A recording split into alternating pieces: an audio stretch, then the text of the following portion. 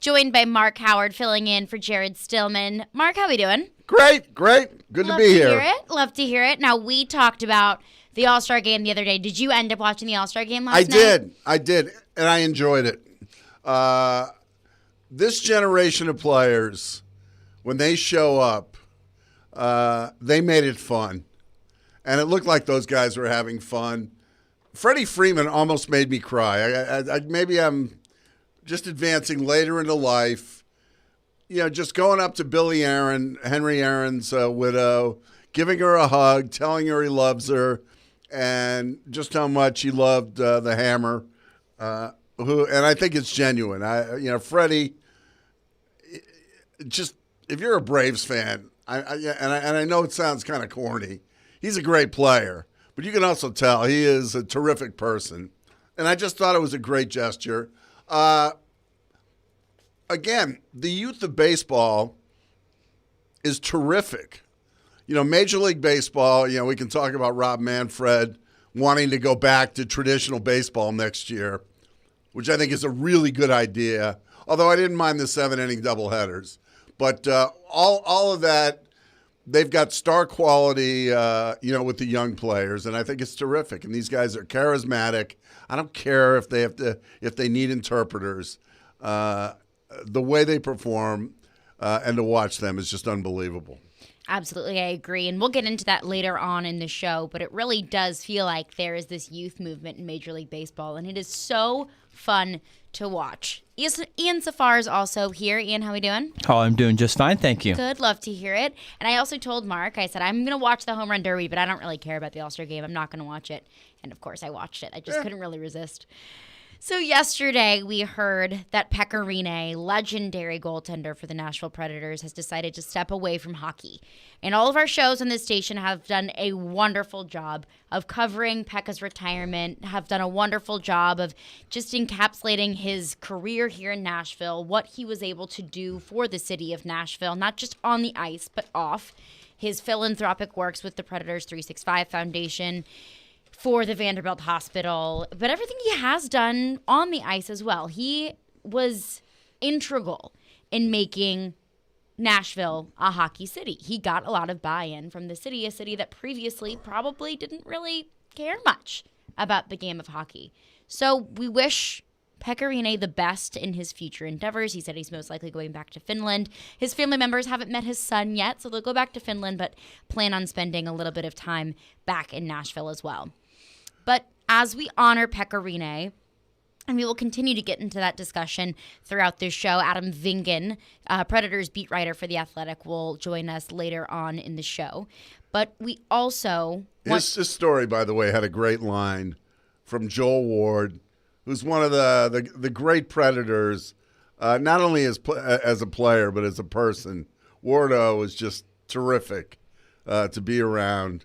If you had my job, game reporter, and needed info or needed somebody to talk to, he was always very cooperative. But he said Pekka he said my mother would have traded me for Pekka. that was his line, and I thought that was apropos. I don't even think you could be mad. If someone chose Pekka Rinne over me, please, yeah, wonderful choice. I would probably do the same. Can't even be mad about it. And because Pekka is such a wonderful person and he means so much to the city of Nashville. But there is somebody else that I would like to honor today, somebody else who means so much to the city of Nashville, and that's Floyd Reese. The Titans announced today that there will be 3 new members of the franchise that will be added into the Ring of Honor in 2021. Bum Phillips, Jeff Fisher, and Floyd Reese. Now, somebody who means a lot to me, that person, Floyd Reese, means a lot to them, and that's Jared Stillman. And Jared has a lot that he would like to say about Floyd Reese, and whenever he returns from vacation, he will give Floyd the congratulations that he deserves, and he will share his words about Floyd Reese whenever he returns. But he shared this with me, and he wanted me to share this with you all, and his initial thoughts about Floyd Reese being inducted into the Titans Ring of Honor. And this is what Jared says. He says, today the Titans announced that GM Floyd Reese would be entering the team's Ring of Honor. Floyd Reese is the best thing that ever happened to the Tennessee Titans. He built a roster that won over the hearts of millions in the Mid-South and made the NFL playoffs 4 out of the first 5 years of the Titans era.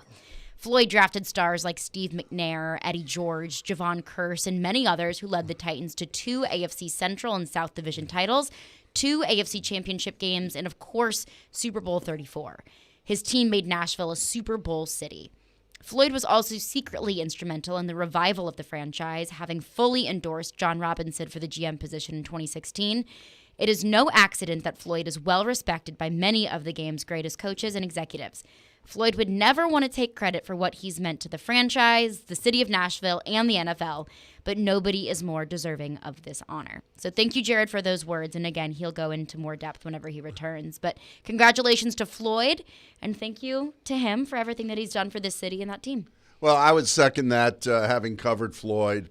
And I can just tell you from a personal point of view of, Floyd wouldn't give you any information as far as what he was going to do and break any stories for you. But he would explain, he would be out there at practice, and he would explain to you, his vision of the roster and what he wanted to do. And that was really helpful. When an NFL team comes in and you're covering an NFL team for the first time, you've really only been an NFL fan before. I mean, you know the game on a fan level. You might know players and certain things about the game pretty intimately, but the inner workings of a franchise you really don't know all that much about because you're not around.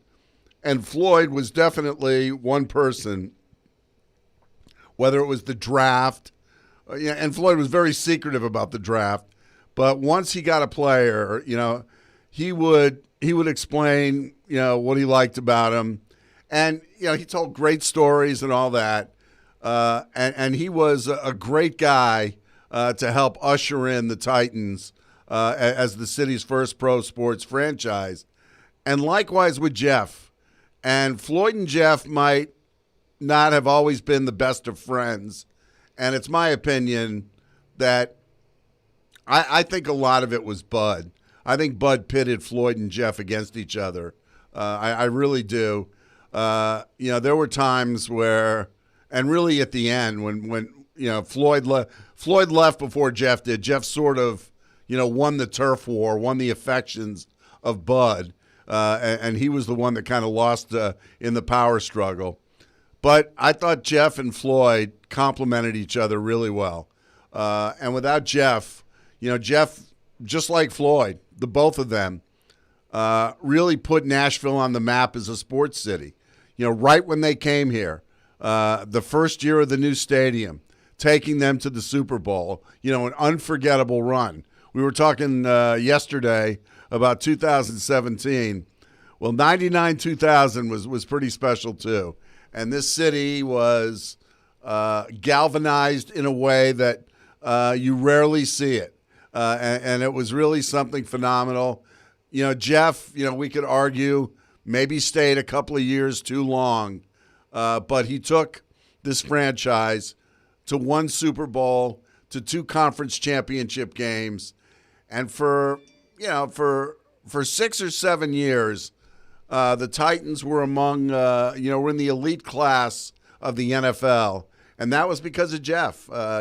They put a core together, but Jeff did, a great job. He had a great staff, whether it was Greg Williams or Jim Schwartz as his defensive coordinator. He had a host of offensive coordinators. Les Steckel helped take him to the Super Bowl, but later on, Mike Heimerdinger, was pretty good.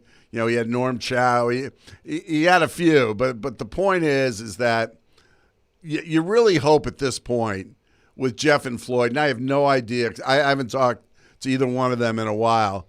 You hope that now that the war is over, they can appreciate each other and maybe get back to the good relationship they had. Floyd, obviously, and Jeff.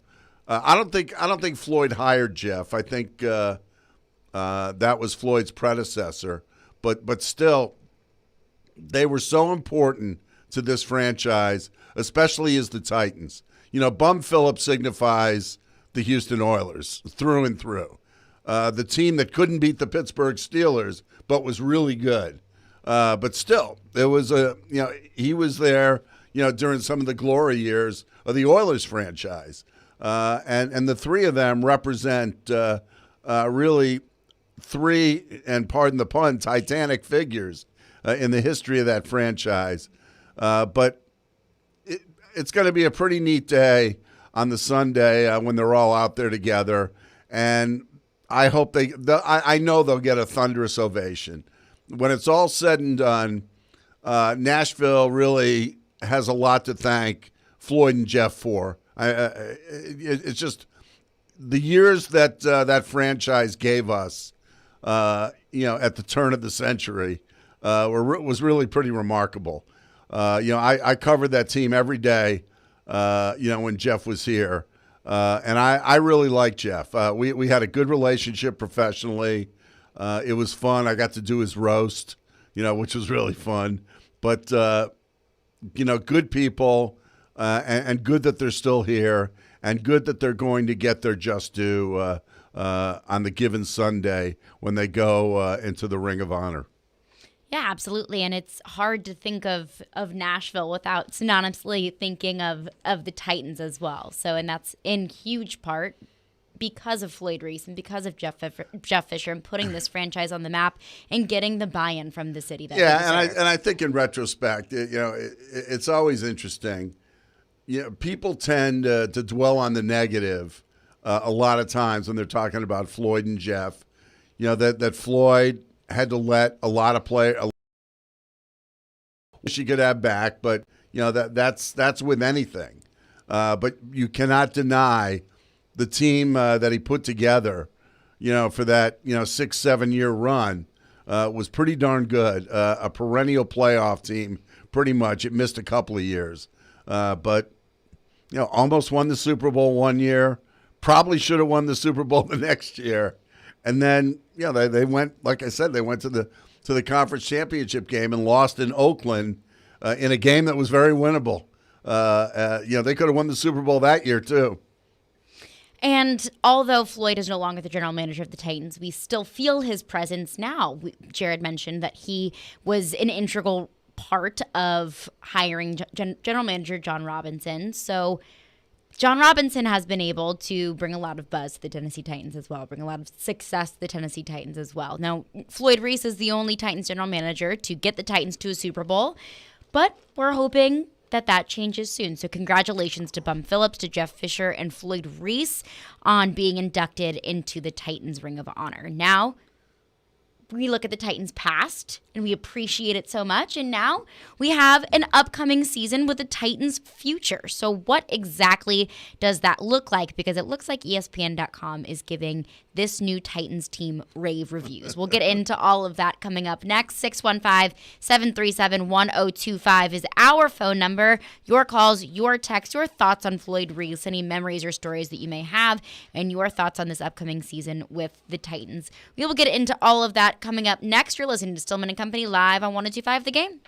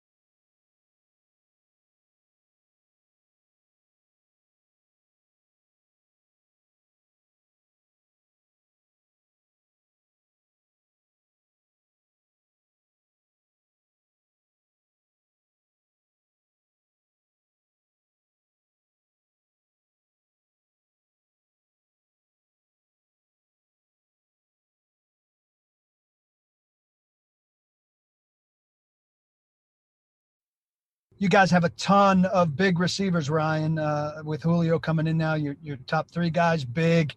A lot of the depth is big. Do you have a propensity for big wide receivers, and what are the advantages beyond the obvious of having so much length? Well, obviously, there's a lot of benefits to having a big target. You get range, bigger catching radius. They can use their bodies to create separation. If it's tight coverage, you have more space to throw it away from a defender, and they'll still be able to make a play on it. So, John and Coach Vrabel have done a great job of getting guys that kind of fit the way we like to play. Obviously, tough, physical. We're going to ask our receivers to block, and being big helps all of that. So, excited for the room that we have, and it'll be fun to see those guys work, as we get through training camp, and how that room ends up will be exciting.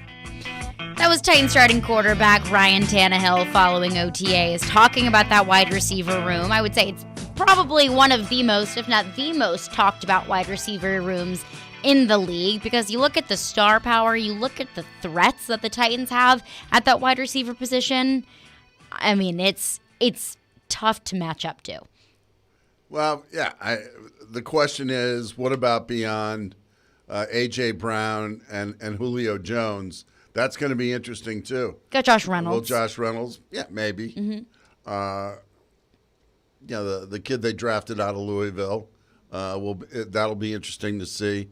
But beyond that, yeah, you want to see how Todd Downing's offense is going to look in contrast to Arthur Smith. We're going to see Todd Downing as a play caller against Arthur Smith. Arthur Smith, one of the best play callers in the league, and that's something that can't be replicated. He's got the weapons and he's got all that, but Arthur's creativity, his personnel groupings and all that. Todd Downing wants to be his own man, I know, but Arthur Smith is a tough act to follow, and that's going to be part of this. And that is something that it's not necessarily a point of concern for me, but it is something that whenever I think about this Titans offense and the star power they do have on it, that's a little asterisk that I have to keep in my mind, because this isn't going to be the exact same plays called. Like you mentioned, Arthur Smith's creativity, what brought the Titans so much success in offense last season. So with the addition of Todd Downing and the exit of Arthur Smith, it will be interesting to see how that transition of power goes. But ESPN.com puts out a list of the top 10 position groups. It's 50 general managers, scouts, coaches that all vote on what they think the best players in certain position groups are. Now, we had this discussion about the top 10 quarterbacks in the league, a list that Ryan Tannehill was left off of, something that you and I both disagreed with, something that Jared disagreed with as well, something that a lot of other media members across national media disagreed with, and we will get into that later in the show when Chris Sanders joins us at 2:45. But there was a list of the top wide receivers in the league, and that is a list that both Julio Jones and A.J. Brown were on. Now, Julio Jones was listed as the 5th best wide receiver in the league behind Davante Adams, which was very interesting to me. This article says Adams crushed the voting, earning a first-place spot on more than half the ballots. Does that surprise you at all? No. Fair. DeAndre Hopkins at 2, Stephon Diggs at 3. No argument with that. Tyreek Hill at 4. No argument with that. Julio Jones listed at 5. Said he dipped 4 spots from last year, but teams say turn on the tape and you will see a unicorn in Julio Jones. Said this is not an A.J. Green situation where the play clearly declined. He is still that dude. He is still that guy that he can be, which is something that I think a lot of Titans fans were worried about, is can he be the Julio Jones that he was in the past? That's something that Well, the other question is, can he stay healthy? Yep. And, being limited, last year, you hope that this, doesn't become a recurring thing. And that's going to be a big key to the Titans season. I think they probably figure if they get 2 good seasons out of Julio Jones, then the deal they made was worth it. And an AFC scout says he's still the best. Injuries aren't an issue. If the Falcons were a contender last year, I think he would have played. Which, Interesting. Which I think is interesting as well. Because the hamstring issue, he's 32 years old. You get older, injuries are harder to recover from as you go on. But good to hear that, even last year, he could have been okay enough to at least play to that level. Now at number 6, we have Keenan Allen. Number 7, Mike Evans. Number 8, Michael Thomas. Number 9, DK Metcalf. All absolute dogs at the position. No opposition there. And rounding out the top 10, we've got A.J. Brown, Tennessee Titans wide receiver, saying Brown and Calvin Ridley were kind of a tiebreaker for that 10th spot. An exec's tasked with breaking the tie preferred Brown's explosion over Ridley's smooth route running. Barely. But an NFC exec says that after the catch, he is as good as anybody looking for contact. Yeah, that sounds about right. I think we figured, going into this season, GMs are going to say great things about A.J. Brown. He followed up his rookie season with another good year, and now he's got some help. Even though Corey Davis had a decent season, you've got real star power at the other receiver, and it'll be interesting to see how that affects A.J. Brown. And I think both A.J. Brown and Julio Jones, at least in interviews, have shared this sentiment that we don't care what our touches are, we don't care what our numbers are, as long as there's wins on the board, that's really all we care about, which is something, too, that it's tough whenever you have 2 of the top 10, according to ESPN.com, best wide receivers in the league. Sharing the ball and sharing the possessions could be a difficult thing. But another question that I have is, while we're on the topic of the top 10 list, that's Ryan Tannehill was left off of that top 10 quarterback list. And he was mentioned as an honorable mention, a quarterback receiving votes. And it said that as if he has the right weaponry, he can really be that guy. So if having 2 of the top 10 wide receivers in that same list, the same voters, isn't the right weaponry, then what is? Well, I think I just don't think you can take and I'm not trying to shoot down what you're talking about, but I don't think you can take these lists literally. Oh, no, absolutely not. Because you could have 10 different people give you 10 different lists with 10 different rankings. And I believe that Tannehill is easily a top 10 quarterback. You look on CBSSports.com, they rank the coach quarterback. They rank the coaches and the quarterbacks, which is sort of an odd pairing since – one is tied to the other just in terms of that he's his starter. Mm-hmm. But CBS, he said that Tannehill's a top 5 quarterback. But people are worried about the narrative from when he played for Miami. He's really in a different situation now, and he's proven that, he's gotten better. He's been healthy, and that's been a huge thing for him with the Titans, that he has stayed healthy. And Titans fans will continue to knock on wood every time this comes up. But if Tannehill's upright, if Tannehill's healthy, I think he's going to perform. Will he get the Titans to the Super Bowl? I don't know. I think a lot of that depends, on the defense and a few other things. But I do think it's a positive Julio made the top 5. Just somebody's top 5. You can talk to somebody else and they can say the consensus top 5 yeah, or whatever, how they put that list with the executives and all that stuff. Right. So at least he made a consensus top 5, considering one thing we will have to watch with Julio is he does not practice a lot. Mm-hmm. During the week, he has played through a lot of smaller, you would call muscle injuries. And so when that scout or whoever wrote that about if they were in contention, you will have to keep an eye on him. If you've ever owned him in fantasy football, you just got to keep an eye on from those inactive lists coming out. But 5 honestly is pretty good. And that A.J. Brown made the top 10, which I guess shouldn't be too surprising. But 2 in the top 10, I think, is pretty legit. But, too, when you see the names that A.J. Brown beat out on this list, and I want to make it known that I'm not taking these lists as Bible. I'm not taking these lists as my prediction for the 2021 season. I'm not saying that all of a sudden the Titans are Super Bowl contenders just because they have 2 wide receivers in the top 10 list. I'm just saying it's something to go off of, and Yeah, I it's know. interesting to see the consensus across the league.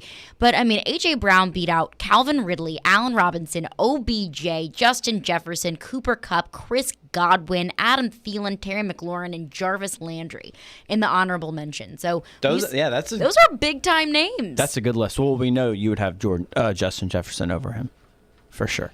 Well, just because he used to wear purple and gold doesn't mean that I cheer for the purple and gold that he wears now. Fair.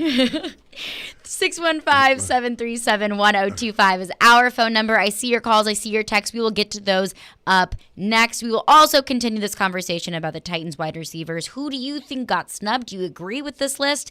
And does it make you feel a little bit better about this upcoming season that two of the Titans starting wide receivers are on this top 10 list on ESPN.com. You are listening to Stillman and Company live on 102.5 The Game.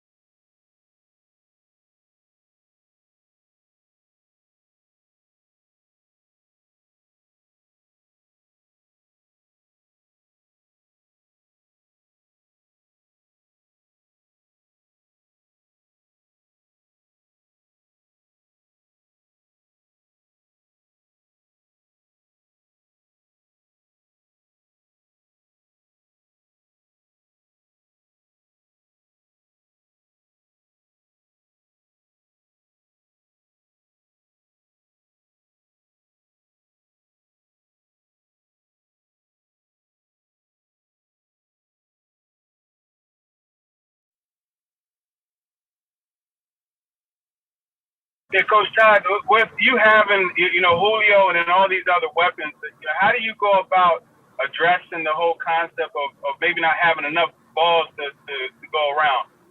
Yeah, I don't look at it quite like having enough football to go around.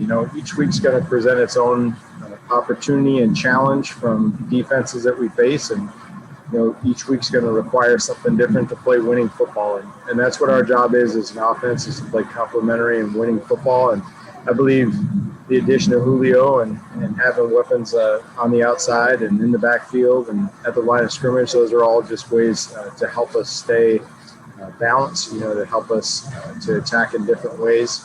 And that's, that's our biggest chart. It's not to make sure that a certain amount of mouths are fed and all that. It's a week by week process. That was Titans offensive coordinator Todd Downing saying, hey, there's enough balls to go around, and if that is a problem for the Titans, and I feel like that's the best possible problem to have. Hey, look at us. We have too many guys that can catch the ball and score us touchdowns. Oh, darn it. What a bad problem to have. Let's fast forward it to mid-season. Who are we more critical of? Todd Downing, the offensive coordinator, Shane Bowen, the defensive coordinator, all of the above or none of the above? I'm going to have to go Shane Bowen.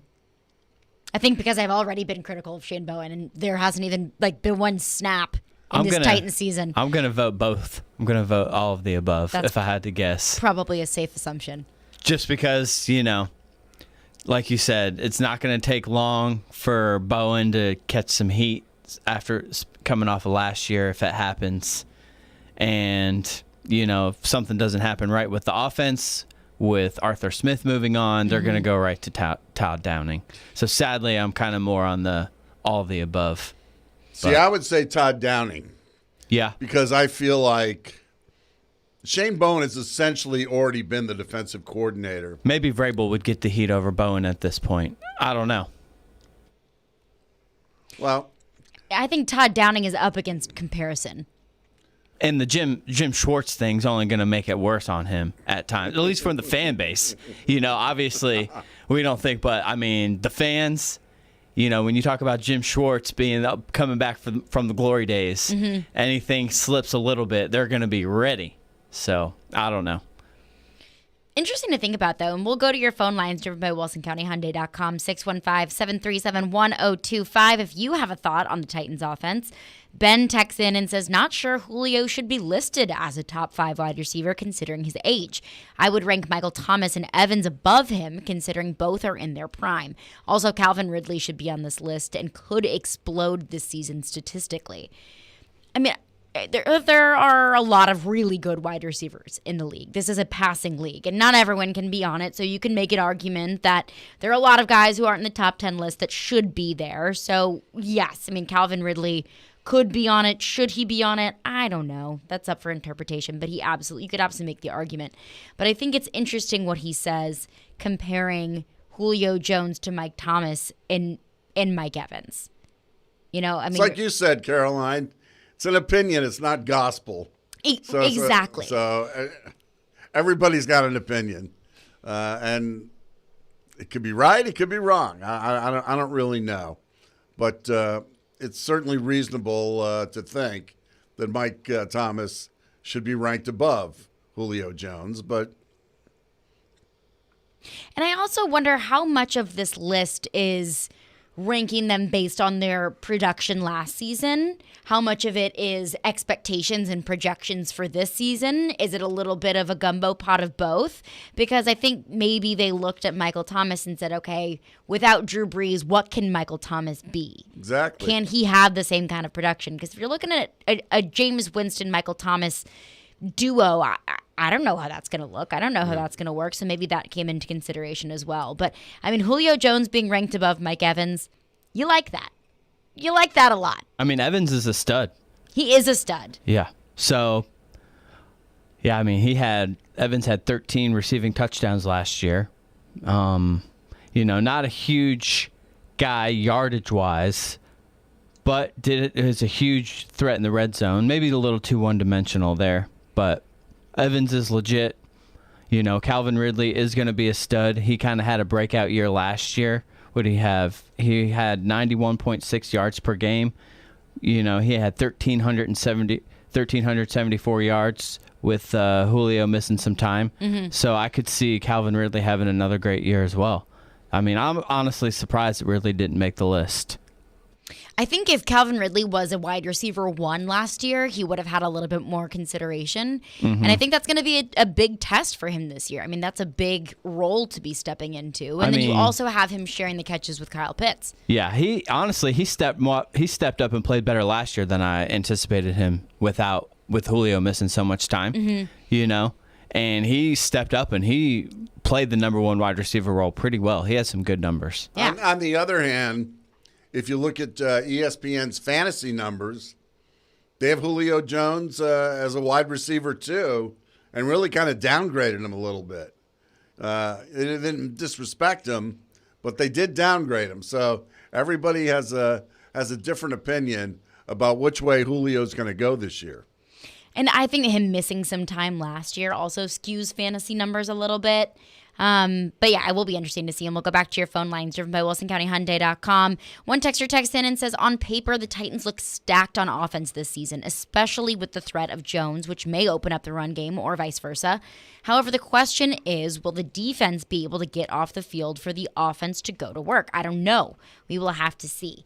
And that is one thing that is a little bit concerning to me because half of this list, 5 of the top 10 wide receivers listed by ESPN.com, will be facing the Titans this year. So you're looking at Tyreek Hill, Stephon Diggs, DeAndre Hopkins. You're looking at, who else? Mike Thomas, DK Metcalf, and a lot of these guys in the honorable mention list as well. Cooper Kupp. I mean, these are absolute dogs at the wide receiver position, and the cornerback position feels a little bit vulnerable for the Titans, and we just mentioned Shane Bowen as a point of concern for the Titans defense as well. Are those going to be matchups the Titans can keep up with? I think offensively they're going to be fine, ultimately. I sort of feel like, and I'm sort of talking out of both sides of my mouth here, but if they're healthy, to me, it's hard to screw up what they have right now. But if they're healthy is the thing. Well, right now, what happens? I mean, what happens if A.J. Brown gets hurt? What happens if Ferkser goes down? What happens if their offensive line is depleted again? There are a lot of question marks. And that's a relatively veteran offensive line that they have. Radon's, the kid they drafted, is not going to be a starter at right tackle, right from the start. So the Titans' offensive line looks pretty good. And if Taylor Lewan comes back, they should be fine. But, like we said, a lot, we're going to see some different looks from Downing. We're going to see, him do, what is he going to do with his tight ends? That's going to be another thing. If Swaim's in there, we pretty much know he's in there as a blocker. The thing about, Jonnu Smith was he could block, he could catch. So, well, and they could pick up. I still think they're going to pick up a tight end before the season starts, either by waivers or by whatever. And I think that's going to be. That could end up being a very important acquisition. See, I don't know. To me, if this was like this time last year or last month, I probably would have agreed with you that the Titans felt like they needed a little bit more depth at tight end position. But if they pick up anything before the beginning of the season, I feel like it's got to be on defense. Well, that doesn't mean, the two, aren't mutually exclusive. That's true. You're not going to pick just one, but I'm just saying that's one area. That is one area that they could absolutely use it. And to the texture's point, the Titans do look great on paper, but there are a lot of new faces. There are a lot of new elements. And like you mentioned, the new look with Todd Downing. So it will be we can speculate all we want, but it will be interesting to see, what it looks like on the field. Yeah, I could see them adding a corner. I could see that as well. Just adding a little bit more depth, maybe a little bit more health at the cornerback position, maybe a little bit more of veteran on at the cornerback position, because you have Janoris Jenkins, who can be kind of a leader, kind of a role model at that corner position. But can he do it all? Chris Sanders, forever Titans wide receiver, joins us coming up next. What does he think as a former wide receiver? What does he think about this list? Does he think anyone got snubbed? And what does he think about this Titans offense coming up next season? 615-737-1025 is our phone number. Your thoughts, your calls, your texts. We'll get to all of that next. You're listening to Stillman and Company live on 102.5 The Game. And allow me to let you know that ESPN 94.9 is the official English radio home of the Nashville Soccer Club. Listen in Saturday night as Nashville SC takes on Chicago at Nissan Stadium. Pregame starts at 7:15 p.m. and the match begins at 7:30 p.m.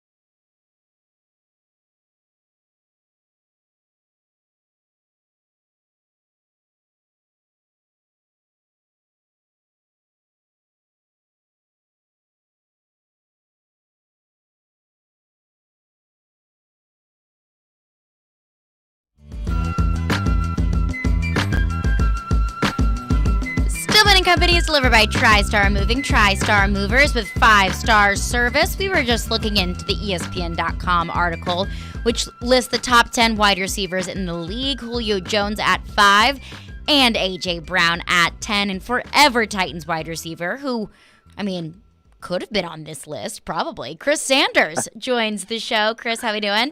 I'm doing pretty good. Just got done with football practice, coaching up my receiver. So, yeah. Hey, I wish I was on the list. All right. Well, your thoughts on Julio Jones being at 5. We had a texter text in and says he thinks that Mike Thomas, Mike Evans could have been listed above Julio Jones. They're a little bit younger, a little bit more in their prime. Mm-hmm. Maybe Julio coming off of an injury could have knocked him down the list. Do you think Julio Jones deserves that number 5 spot? Julio, I think so. Just his body of work. He's still an explosive receiver, and he still poses a threat. But look at the receivers in the NFL. You got Devontae Adams, you got Hopkins, you got Tyreek Hill, you got Keenan Allen, you got Stephon Diggs. Those are all explosive receivers. So even if Julio Jones isn't in the top 3, I still think he's a top 5 receiver. Why? Because he poses so much threat, to a defense, because he's a big physical receiver, runs routes, and also he can take a pass and just take it the distance. We always talk about a guy being a game changer and a guy that can just take over a game. That's the reason why I believe Julio Jones is still a primetime player, because he's one of those guys that can take over a game. And we'll shift to A.J. Brown as well. He was listed at that number 10 spot. And it said, a lot of scouts, execs, the voters for this list were going back and forth between A.J. Brown and Calvin Ridley at that number 10 spot, and ultimately put A.J. Brown's explosiveness over Calvin Ridley's smooth route running. But just barely, but still, A.J. Brown, that explosiveness put him at that number 10 spot. Do you think that's a fair place for A.J. Brown? I think it is a fair play. I mean, he had 2 consistent years over 1,000 yards, and just look at the things that he did for the Tennessee Titans.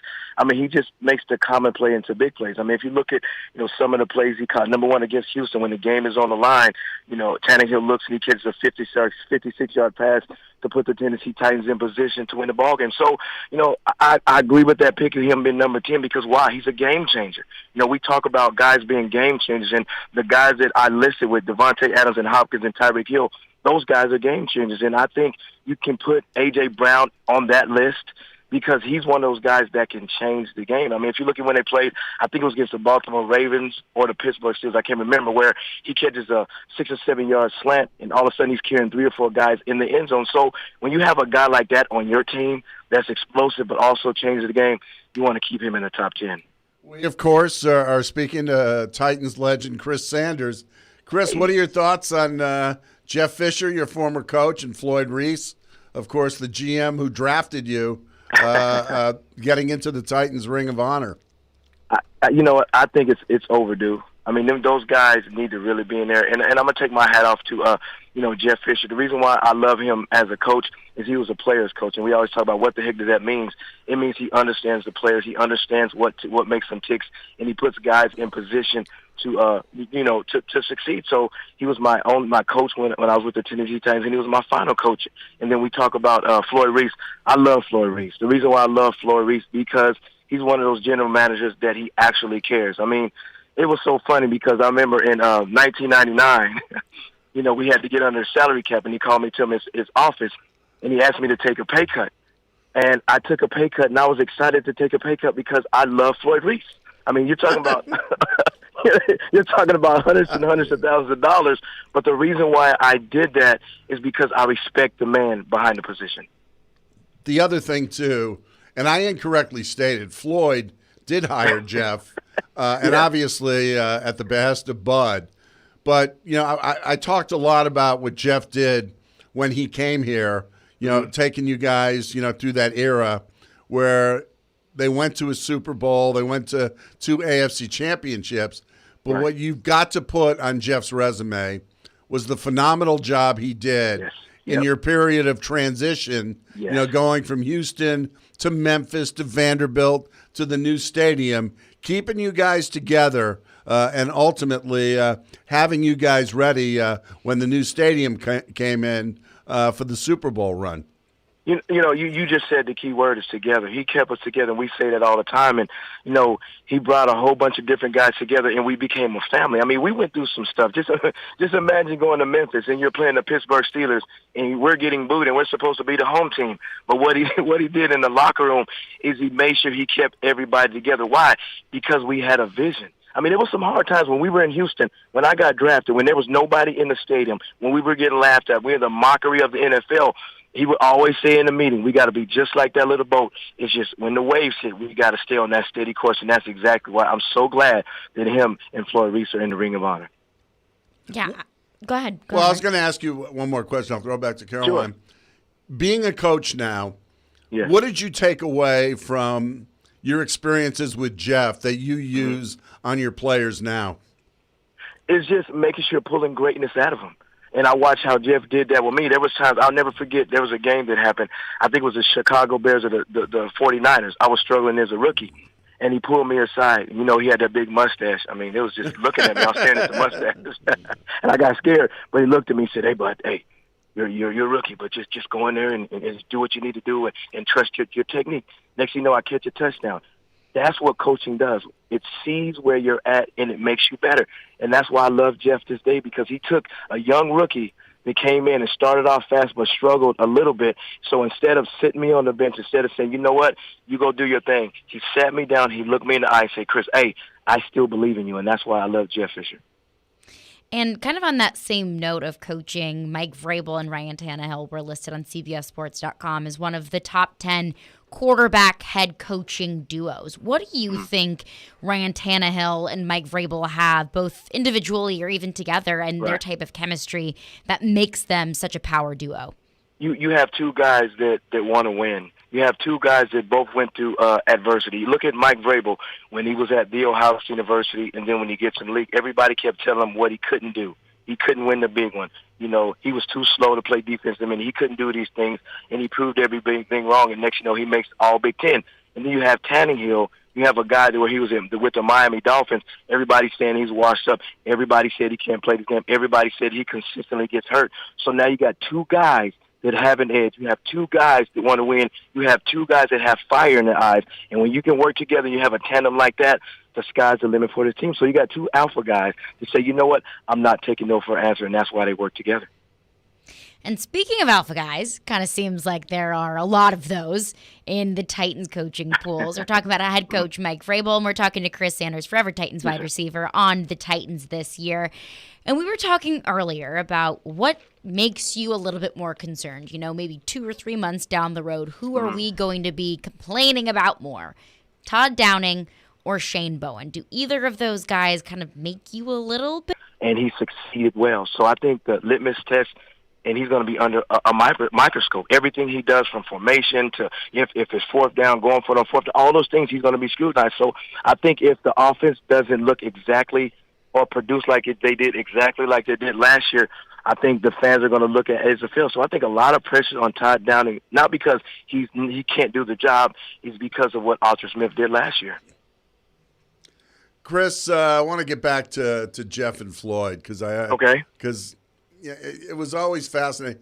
The cap was a different thing when you were playing. It was a lot harder to manage. You know, well, what about that? Year to year. You know, you guys obviously in '99 and 2000, had great teams, had teams that could win the Super Bowl. But what about the way Floyd and Jeff sort of managed the cap and got you guys through it, and kept you guys competitive? For a few years after that. Yeah, the one thing I love about both of those guys is they brought people in the building that wanted to be there. They wanted to have a big payday, but you have guys that say, you know what, if I have to take a pay cut, I want to be here. So I think that Jeff and Floyd did a great job by saying, you know what, I'm going to evaluate. I'm not just going to evaluate a guy that has a great talent. I'm going to evaluate what he brings to the team. Is he selfish? Is he unselfish? Can he lead? Can he be a role player? So if you look at that 1999 team, the guys that they brought in, there wasn't a whole bunch of superstars. You had Steve McNair was a superstar. You had Eddie George was a superstar.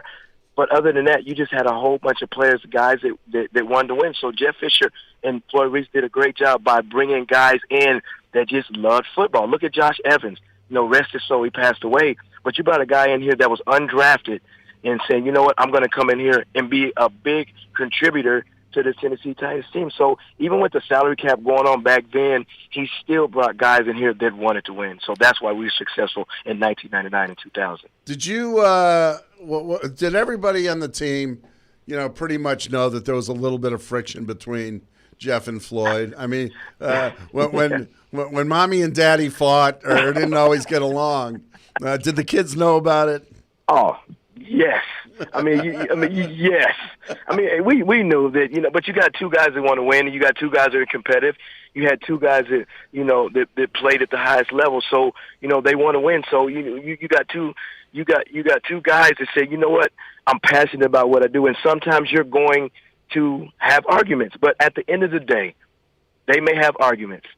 Jeff Fisher may have had a bad mustache, all those things, but they had the ideal to say, you know what, in spite of our differences, it's not about my differences, it's about making this team better. So that's why I applaud them in that area. But yes, they had arguments like any other team would have. I hope it's good between them because I think one should appreciate the other, and each one made the other one better, and the war's over.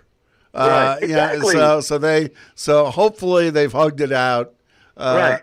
But whatever the case, and I know that, and I know both of them, neither one of them is going to say anything bad about the other, but I truly hope that one Me too. can appreciate the other. I think Bud, in a lot of ways, pitted one against the other. I really feel that way because and that's the way executives think sometimes, that they're going to get the best out of both of them if they sort of pit one against the other.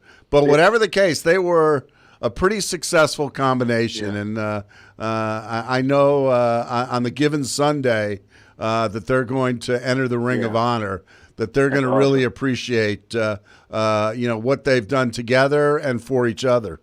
But you know what's so wild is like this. Forgiveness is like medicine. It cures everything. and it's like this, Mark and Caroline. I was watching a series, not a series, but I was watching a documentary on Magic Johnson and Isaiah Thomas. They were mad at each other for years and years and years, but guess what they lost? They lost time. But when they sat down and they looked each other in the eyes and they put all that stuff behind us, they started crying because they knew that they had to forgive each other. And when they forgave each other, they cried and they hugged each other, because not that they wasn't friends, it's because they lost the relationship and they lost time. So I'm hoping when they have the Ring of Honor that Jeff Fisher can hug Floyd Reese and forgive each other, because it's going to cure absolutely everything. And I know for 10 years you hated me and wouldn't speak to me. Look at us now. It's just that pink suit you used to wear. I mean, it just wasn't cute. I made fun of that woodshop teacher's jacket you wore at your ceremony, that zoot suit, that came down, to your ankles. But hey, that was the style. That was your fashion statement. I love you too, Mike. Sounds like quite the fit. And Chris, before you go, just one more thing. We were talking to Forever Titans wide receiver Chris Sanders. So we were talking about the top 10 wide receiver list, and ESPN.com has a list for several different position groups, and Ryan Tannehill was left off of the top 10 quarterback list. Do you feel like Ryan Tannehill gets disrespected by the national media? I think, yes, he's been a little bit disrespected. I think a lot of times the media and even us, we focus so much on statistics. I mean, look at Mahomes. He threw for 4,800 yards. Look at Brady. And look at Russell Wilson, all those guys that threw for a lot of yards. So it's eye candy. But I think that even though he's not in the top 10, he's still a top 10 player for the Tennessee Titans, because he's good for the Tennessee Titans. It doesn't matter.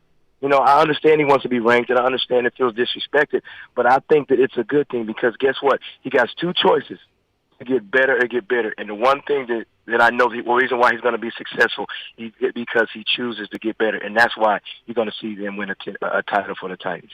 I think that's a very key thing that you said there. Even if nationally he's not perceived as a top 10 quarterback in the league, he's the Tennessee Titans quarterback, and that's for a reason. There you go. Chris Sanders, we appreciate you. We will chat with you next week. Sounds good. Love you guys. You take care. Thanks. All right. Appreciate you, Chris. And coming up next, we will shift into a little bit of hockey. Pekka Rinne has retired from the NHL. What does that look like for the Predators coming up? What is the future of the Predators? And we will chat with Adam Vingan, a Predators beat writer for The Athletic, later this hour. You are listening to Stillman & Company live at 102.5 The Game, and we are streaming on Twitter, Twitch, YouTube, and the Game Nashville app.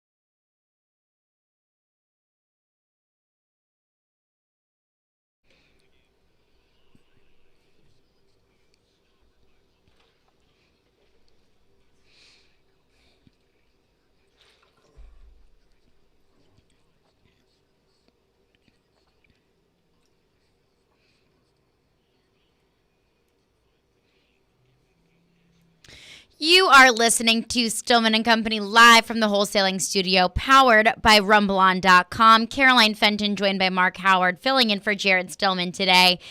And we had a kind of a bomb dropped on us yesterday. Pekka Rinne, legendary Predators goalie, announced his retirement from the NHL after 15 years with the Predators. Vezina Trophy winner, King Clancy Memorial Trophy winner, somebody who did so much more for Nashville than just his stat sheet can show.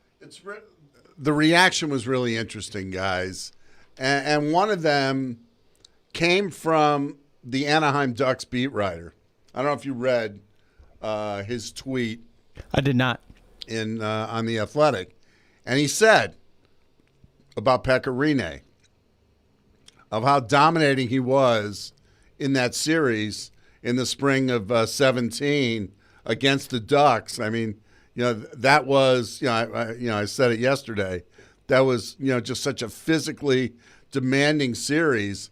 But if the Ducks win that series, Bruce Boudreau's coaching arc is a lot different. Bruce Boudreau goes to the Stanley Cup Finals. I mean, that was always a knock on him, that that his teams were always good in the regular season, but didn't always perform in the postseason. And and again, they talked about just how great Pekka was, in that playoff. And I had to laugh, reading some social media and people totally crapping on Pekka as a bad playoff goaltender when his goals against average was 2.34. And it wasn't just because of their run to the final. That year he was 1.96. But he had, for the most part, pretty good postseasons. He had some bad games, listen, we remember him breaking his stick in the game against the Sharks. We remember the Winnipeg game. That's going to happen. It just is. You go to the playoffs that often, you're going to get a negative outcome. But anyway, the coverage of Pekka, I thought was really good. Adam wrote another great piece for today's Athletic, as did Joe Rexrode, just about filling the void and everything else, and Pekka the human being, which I'm sort of glad that him going out, that was almost emphasized above anything he did on the ice. And his on-ice resume, was pretty, as David Letterman used to say, voluminous. But Pekka, his save percentage in that 2017 Chicago series was like, 976? It was ridiculous. Ridiculous. So the fact that, of course, he had his bad games, as does anyone in professional sports, especially when you play the sport as long as Pekka Rinne did. But the fact that he had such a successful tenure on the ice, and people had just as many things, if not more things, to say about him as a person than he was as a player, I think says so much about who he was, the kind of person Pekka Rinne was. And just the connections he made. One of the stories was told, it might have been by Roman Yossi. I can't remember or Mike Fisher, or one of those guys, about when the Preds went out to dinner as a team, and the older players got together and said, listen, our server is going to be absolutely overwhelmed. You got 20 crazy hockey players here. Let's make sure, that we treat her with respect. And Pekka, they said, was so nice to her, and, just on a personal level, just really connected with her. And she had no idea who he was. And he didn't tell her who he was. And that tells you a lot about Pekka. And that really tells you all you need to know about Pekka. But just one of many stories of what he did and just, the connections that he's made in Nashville and the Nashville area with the stuff that he's done in the community. It just blows you away. Yeah, absolutely. And we talked about this yesterday, but it's a loss that the Predators absolutely will feel in terms of leadership in the locker room and having a presence, having a person like that on your team.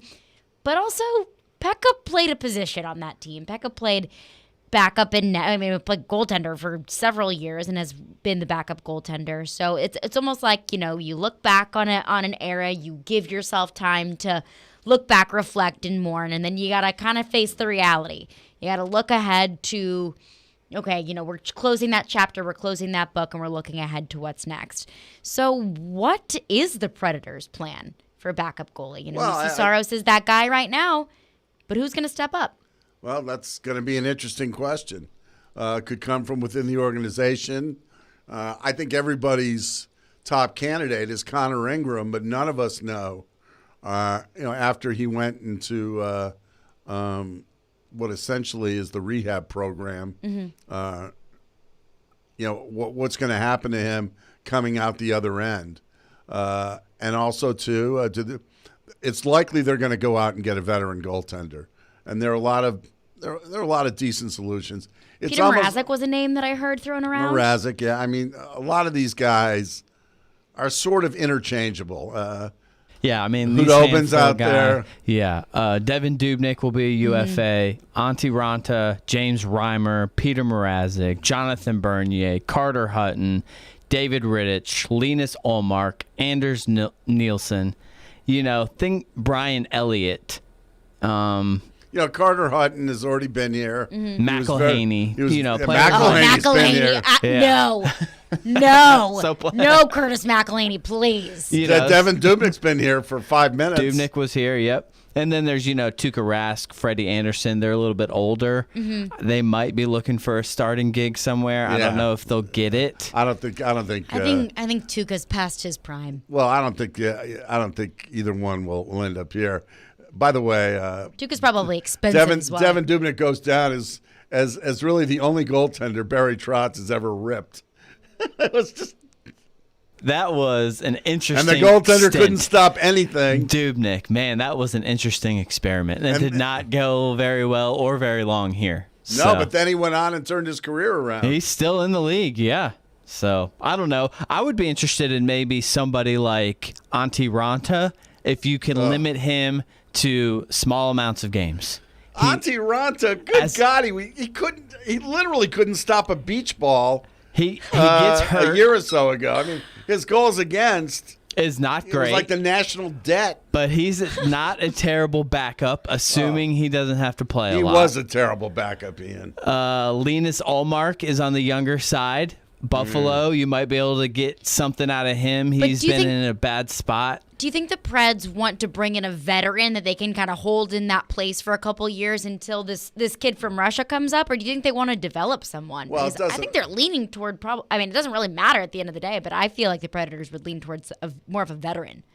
Well, a lot of things could happen, though. I mean, hypothetically, you could bring a veteran in, and he plays well.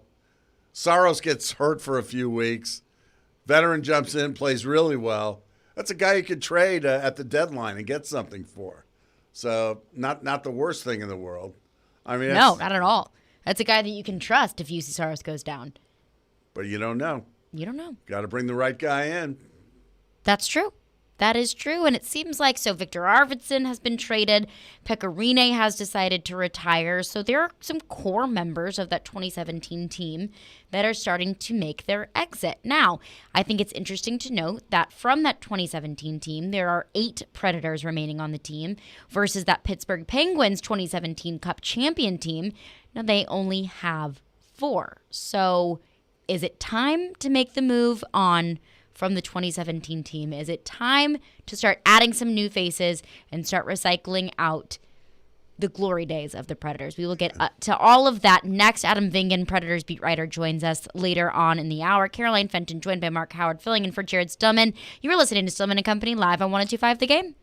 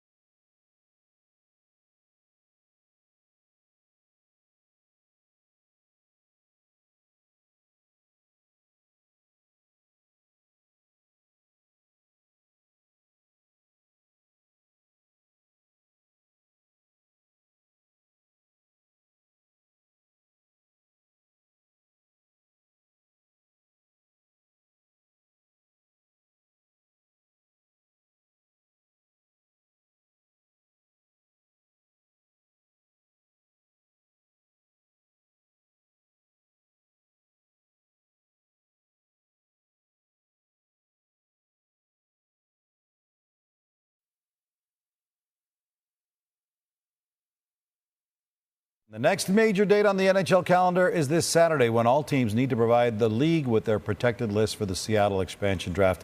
And that means some really tough decisions for the Preds, Pierre.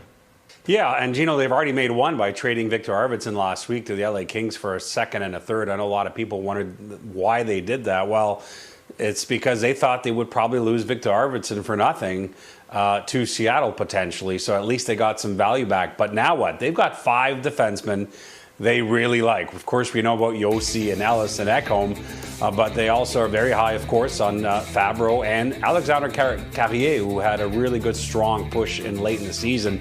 They don't want to lose him. So what can they do? They can do a side deal with Seattle. I do believe there have been some conversations between the Kraken and the Predators, or they can simply trade one of their 5 defensemen to another NHL team. Or there's option C, which I find hard to believe, but if they protect 5 defensemen among the 8 skater route, I do think they'll go 8 skaters in their protection list, but I think it'll be 4 and 4, and they'll have to make a hard decision on what to do with the 5th defenseman. That was Pierre LeBrun, a hockey writer and sportscaster for TSN, talking about what the Preds could do in the expansion draft. He mentioned trading Victor Arvidsson, and he said probably because the Preds were afraid that Arvidsson could get taken in the expansion draft and getting nothing in return. Go ahead and trade him, get something back. But on social media last night, we had a little Pred on Pred violence. A little, which we rarely see. A little keyboard warrior moment. Yeah, I wonder if alcohol was involved in any of this. That's kind of what I thought. That's why I asked, what time was that tweeted out? It was fairly. I think it was. Looks like 5:44 p.m. Happy hour. I guess that's Central 5 Time. o'clock. It's always 5 o'clock somewhere, right? Yeah, true. Anyway, Pierre LeBrun, pretty much, sort of as an extension of what he said there, tweeted out, there's a growing sense that the Predators might leave Matt Duchene unprotected in the expansion draft. He has 5 more years on his deal at $8 million per season. Scott Hartnell on Twitter responds, yes, please take. And I'm like, wow. Savage. You almost never see that. But Scotty Hartnell endorsing a notion that exists around the league that Duchene, is a guy who doesn't show up a lot. And, we've seen that. The guy's got unbelievable skills, but he doesn't show up enough. And here's the thing. And I was, and again, I'm not going to be unduly influenced by what I see on social media. Somebody tweeted out, well, doesn't this give the Preds a bad reputation, because 2 years in, they want to get rid of Duchene. And my response to that is, you know what? When you're talking about guaranteed money, which is, what exists in the NHL, it's a two-way covenant. We're going to pay you, but you need to earn that money. We have certain expectations of you as a player, and if you don't reach those levels of expectation, then you've got us, really pretty much. I mean, we can buy you out. They can do a lot of different things. And, Duchene hasn't said anything. I'm sure he wanted to be here, and I think we were all enamored by the notion that he really wanted to come to Nashville. But one of the things I said at the time, does he love Nashville more than the Predators? Like, he loves the music scene here. We all know that. And that was part of it. And one thing everybody said going into free agency, Matt Duchene, man, he loves Nashville. Loves the whole music thing. What's not to like about Nashville? Absolutely. But it almost seems, and again, this is my opinion that could be out there. You almost wonder sometimes if the Preds come in second in terms of what he loves about Nashville. But the fact is, if he does go unprotected, if he does end up going to Seattle and he's not happy about it, Matt Duchene only has Matt Duchene to blame for it. The Predators were in a precarious cap situation. They were happy to have Duchene just as long as he he paid his own way. I mean, he earned his own way, and we haven't seen that. There have been very few times since Duchene has been here where we sat there and go, man, this is a great signing.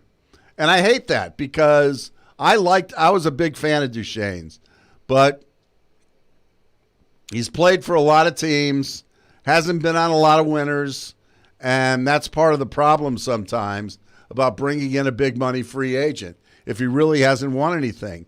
He played great in his contract year for Columbus. He had a good playoff. Now he was, obviously paired with some good players at Columbus, but at the same time, if it happens, so be it. The Preds aren't doing it to be cheap. They're doing it to try to make their team better. And that's one thing fans need to be cognizant of. If they expose Johansson, or if Johansson gets traded and Duchene ends up going to Seattle, the only reason why David did it is because after a while, he just didn't feel like he was getting enough bang for his buck. And I totally get that. I don't think any of us have complained about the contracts that he signed the defensemen to.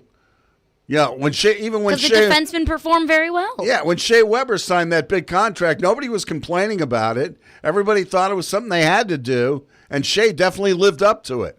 So with all that being said, look at what's going on around the league. So before people start complaining about, well, they're trying to dump Duchene, they're trying to dump Johansson, look at what the Minnesota Wild did yesterday. They parted ways with Zach Parise and Ryan Suter. Two guys who were the linchpin of their franchise for almost a decade.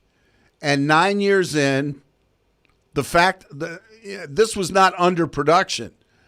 Maybe in the case of Parise, who had been demoted to the fourth line, nobody was surprised about that. I think a lot of people viewed him as a diminishing player. But Ryan Suter is still a top four defenseman.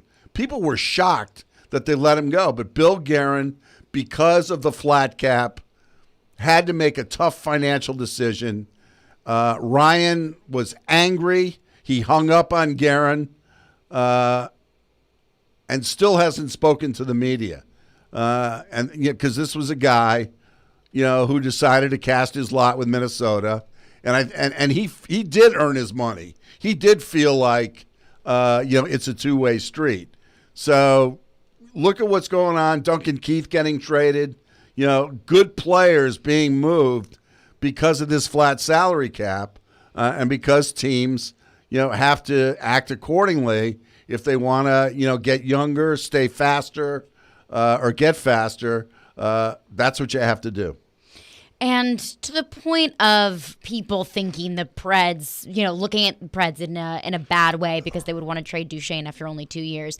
To one of our texters' points, phone lines driven by WilsonCountyHyundai.com, Jeff said, it's no different than most all jobs. You must produce.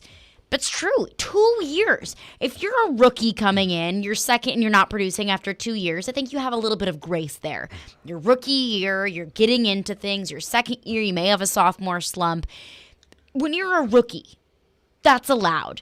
When you are someone that has proven yourself in the NHL, when you're, I don't know how long Duchene's been in the NHL, but quite some time, long enough to not need 2 years to get settled into a program, when you're being paid $8 million, that's a massive contract. So I think 2 years is $16 million is more than enough time and more than enough money to prove yourself. And it's interesting that on this day that we're talking about Floyd Reese, who had to cut guys who were productive and in their prime because of the salary cap, because that's the way of the NFL. You don't have that guaranteed money. So if you're a free agent and 2 years in you're not getting it done, you're likely gone, because for the most part, the way the contracts are structured in the NFL, it's not as big a financial hit as it might be in the NBA or the NHL or Major League Baseball. And, right now, and, Jared asked me yesterday, and I got to admit, I am still somewhat seduced by Duchene's talents. His speed, what he can do around the net. His potential, for I sure. I was still carrying the torch for Kyle Turris when he went to the World Championships and played so well. I said, okay, he's playing well. He'll come back here and play well. No. And it's like a toxic significant other. Exactly. Right. Yeah, so really. They were nice to me once. They could do it again. I know, exactly. It's the old joke. Elaine Boozler, one of my favorite comedians, talked about that. You sort of feel like a bowling alley waitress. He's a bastard, but I love him just the same. And that's sort of the way it is with athletes. You want them to do well so badly. You're so excited about your team getting them on the front side that every now and then they tease you a little bit that they're gonna be the player that you hope they would be, but it doesn't work out. And in the end, they're gonna break your heart. There are just certain players, and they say this in every sport. There are certain players that get coaches fired. And I'm not saying Duchene is one of them, but there are certain players who come in with a certain reputation and never really perform, screw up the chemistry of your team. And I'm, again, not saying this is Duchene, but that's why you got to be careful about who you bring in. Adam Vingan, Predators beat writer for The Athletic, joins us next. We'll touch on all of this. You are listening to Stillman and Company live on 102.5 The Game.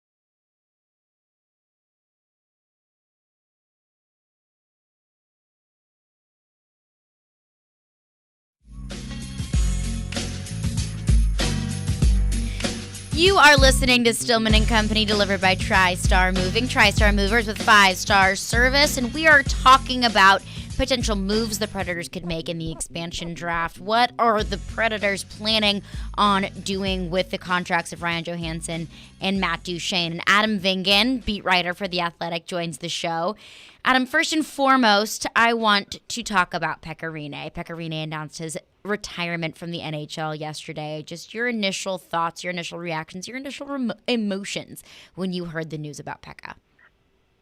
Well, they don't teach us this in journalism school, but we're supposed to be emotionally removed from our subjects. But in the 6+ years that I have covered the Nashville Predators for the Tennessean and the Athletic, I consider it an absolute privilege to have covered Pekka Rinne on a daily basis. And Mark, having been in this market for much longer than I have, can attest to that. And I believe it was Mark who said earlier that a lot of the tributes to Pekka Rinne over the past 24, 36 hours have not been necessarily about his on-ice career, but who he is as a human being. And I think that speaks volumes about the impact that he made on so many lives in Nashville. So certainly I was not surprised by the news. I mean, I was told right at the end of the regular season that Pekka's intent was to continue his career. Clearly, he changed his mind, but he did say yesterday that he thought long and hard about returning, and the reason why he stayed in Nashville, through mid-July was to make sure that he gave himself the opportunity to think things through and make the right decision. So, to see, first of all, it was great to be in an actual press conference setting yesterday. It was great to actually see Pekka. It was the first time he's seen me or any of us since March of 2020. We've seen him on Zooms, but he hasn't seen us. And I made sure to thank him for everything and to apologize for all the times I've bugged him over the years. And of course, he laughed that off because he was my favorite player to talk to. So, I think I speak for a lot of people, not just in the media, but fans and people in the organization, that I'm going to miss Pekka. It'll be weird not seeing him in the dressing room. It'll be weird not seeing him on the ice. I know he's made the right decision. He wants to be a dad. He wants to enjoy his life. He has nothing left to play for. So kudos to an excellent career and an even better person. A mensch, as many of us would say. But your Joel Ward quote was just priceless. Yes, Joel Ward. I spent yesterday calling as many former teammates of Pekka's as I could, and I spoke to Joel Ward, who is a favorite of mine, another favorite of mine, and I would think a lot of people in Nashville who got to know Joel when he was here at the beginning of his career would say the same thing. I got to know Joel in Washington after he left Nashville and signed with the Capitals, and he told me that he thinks his mother would trade him for Pekka Rinne. And to me, that was just so funny. Joel, just like everybody else, had nothing but positive things to say. And, the other part of that quote you're referencing, Mark, that I thought was true, and I think we experience this in life in general, is that, we'll often hear so-and-so is a nice person, but then you meet them and you're skeptical. Pekka Rinne is among the most genuine people I've ever encountered in my life. And, and I agree with Joel. I mean, I'm not sure if my mother would trade me for Pekka. I'll have to ask her when she comes to town later this week. But, I was thrilled to talk to Joel. I talked to Chris Mason. I talked to Hal Gill. I talked to Colin Wilson. I talked to Carter Hutton. There were as many guys as I could talk to just to dig up some dirt. Unfortunately, there wasn't much, and the stories they have of Pekka letting loose, they didn't want to tell on the record. So maybe one day. The irony to me, Adam, is that the way Pekka rose up through the organization, because Brian Finley was taken first in the draft, one of the biggest busts, in the history of the franchise. Chet Pickard, another goaltender, taken at the top of the draft, failed as well. But it's kind of interesting how Pekka sort of leaped over Finley to make his way onto the Predators, and then they traded Chris Mason on top of it, and he eventually supplanted Dan Ellis, and the rest, as they say, is history. There were 29 goaltenders who were taken ahead of Pekka Rinne in his draft year, and I went back and looked at some of the names, and I believe the top goaltender taken in that draft was Al Montoya.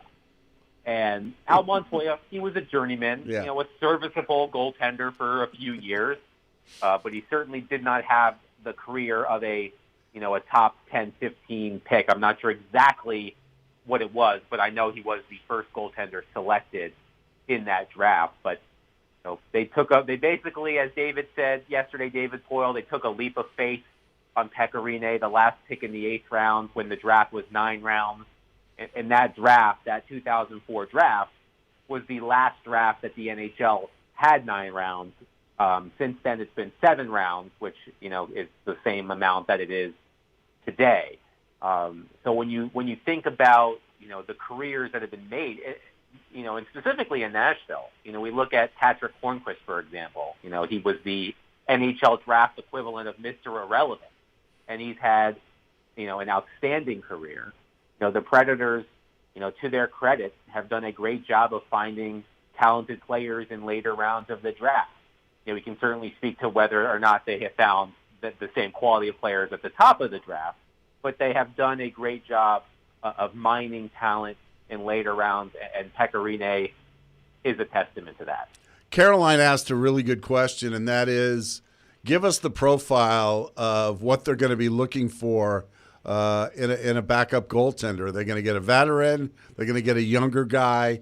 Which way do you think they go, especially given their cap situation?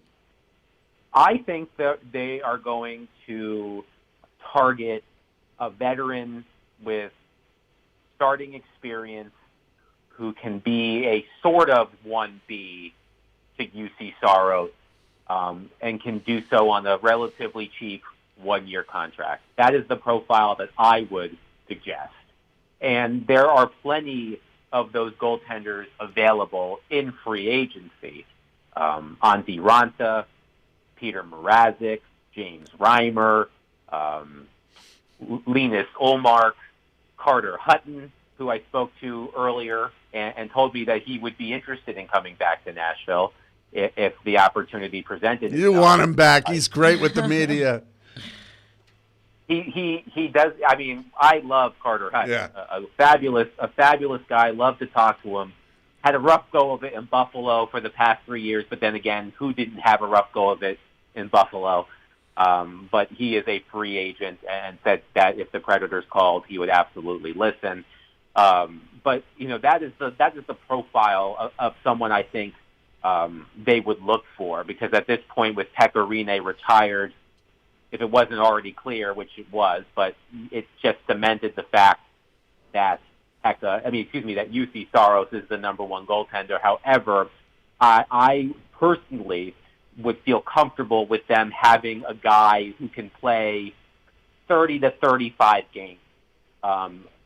Someone so that UC Saros still gets the majority of the starts, but they have someone with a lot of starting experience who can come in and start if UC Saros gets injured or gets into a slump.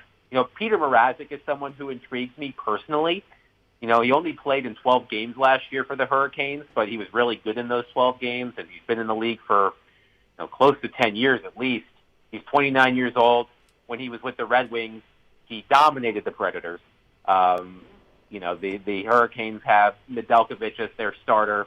Reimer is also a free agent, so at least one of them won't be back. Someone like Marazzi, who's still who's still younger. He's 29 versus a lot of the other guys I listed who are in their mid to late 30s. I think if he would like to reestablish himself, and it could come cheap, he is someone that I think would be a good fit. Just please don't let it be Curtis McElhaney. Please, for all that is good and holy, do not let it be Curtis McElhaney. We'll kind of transition to the skater side of things, and doesn't really feel like a secret that the Preds would be open to either trading or not protecting Matt Duchene and Ryan Johansson in the expansion draft. And there was a piece on the fourth period written by Dave Pagnotta and said that the Columbus Blue Jackets could possibly be a trade partner with the Predators, putting Ryan Johansson on the chopping block and possibly trading for Seth Jones. Is that something that you think the Predators would even be interested in? And how would that work out? So they would basically just do a redo of the trade from 2016? Right. It's like the Uno reverse card. See, I think it would be better from the Predators' perspective than it would be from the Blue Jackets' perspective. Although John Tortorella is no longer the coach of the Columbus Blue Jackets, and he clashed with Ryan Johansson before Ryan was traded here in 2016. How many times in any sport have two players been traded for traded for each other twice? I have a hard time seeing that happen, especially considering the contract situation. If Seth Jones was under contract for more than next season, maybe you could talk me into it. Mm-hmm. I'm not sure, having 1 year of Seth Jones versus 4 more years of Ryan Johansson, I'm not sure, that would be, something that would be palatable to me. So I'm skeptical of that. I never 100% rule out anything, but I would be skeptical of such a move. My colleague Pierre Lebrun tweeted last night about how there is a growing sense that Matt Duchene is going to be left unprotected. I don't think that will come as a surprise to anybody locally. How about the Hartnell tweet that accompanied that? Yes, that was shocking. Take him. Scott Hartnell not responding to my text message, but giving shade to Matt Duchene on Twitter. So I'll forgive him. I'll forgive him for that. But yeah, that was certainly interesting. And I get they wouldn't have crossed paths in Columbus because Scott had retired by then. Yeah. But yeah, that was interesting. It goes to show you how some former players feel about Matt Duchene. But so today there was some news out of Buffalo. Jeff Skinner has agreed to waive his no movement clause for the Buffalo Sabres in the expansion draft. And I don't know how many years Skinner has left on this deal. I think he has 6. But he has a $9 million cap hit. So basically, his contract in and of itself is a no-movement clause because Seattle is not going to take Jeff Skinner at $9 million for 6-7 years, whatever it is. Matt Duchene is right underneath that at $8 million for 5 more years. So basically, his contract is a no-movement clause. So it would not shock me in the slightest if Matt Duchene was left unprotected. I don't think he would be taken because I did this research the other day. So in the Vegas expansion draft, the longest term that the Golden Knights took on a contract were Cody Eakin and David Schlemko, both of whom had 3 years remaining on their respective contracts. And the Golden Knights immediately flipped Schlemko to the Canadiens. So Eakin played in Vegas on the remaining 3 years of the deal he signed with the Dallas Stars. And the largest cap hit that they took on was Marc-Andre Fleury's $5.75 million. So if the Kraken are going to go about this the same way as the Golden Knights, then there's basically no chance that they take one of those two $8 million centers. To me, Ryan Johansson can work here in Nashville. To me, I just feel like, I was, and I don't know if I'm the only one, but I was turned off by Matt Duchene's end of season press conference. Every other player who spoke that day took personal responsibility for their lack of production. Matt, to me, tried to deflect blame for his struggles. That did not sit well with me. Perhaps I am exaggerating my feelings, but to me, Matt Duchene, plain and simple, is not a John Hines type of player. I just do not believe that Matt Duchene is the kind of person that can give John Hines the effort on both ends of the rink every night and is willing to do the things away from the puck to be a productive member of the team when he's not scoring. Think of Mikhail Granlund. Mikhail Granlund, when he is not scoring, he's doing other things. He's on the penalty kill. He's in the defensive zone. He's protecting leads late in games. So even if Mikhail Granlund isn't scoring, he's still doing other things. If Matt Duchene isn't scoring, what is he doing? Not really much of anything. And, to me, I feel like a divorce between the two, the Predators and Duchene, should happen sooner rather than later. And if there's a way within reason to make it happen a week from now, I would look into it. So do you think, are the Preds going to go 5-3 or 4-4 in terms of who they protect, in your opinion? It really all comes down to the defensemen. Because I think the last time we talked, I said, can you name more than 3 forwards on this team that are worthy of being protected? Because I can't. I still can't, since the last time we spoke. No, you're right. Pierre LeBrun mentioned on TSN Insider Trading last night that that the Predators could be exploring a trade for one of their defensemen before the expansion draft in order to protect 4 and 4 instead of 3 and 5. And the New York Islanders, I believe, are the only team last time around to protect 5 defensemen. But I think they had a side deal already done. So, what their protection list looked like was basically irrelevant.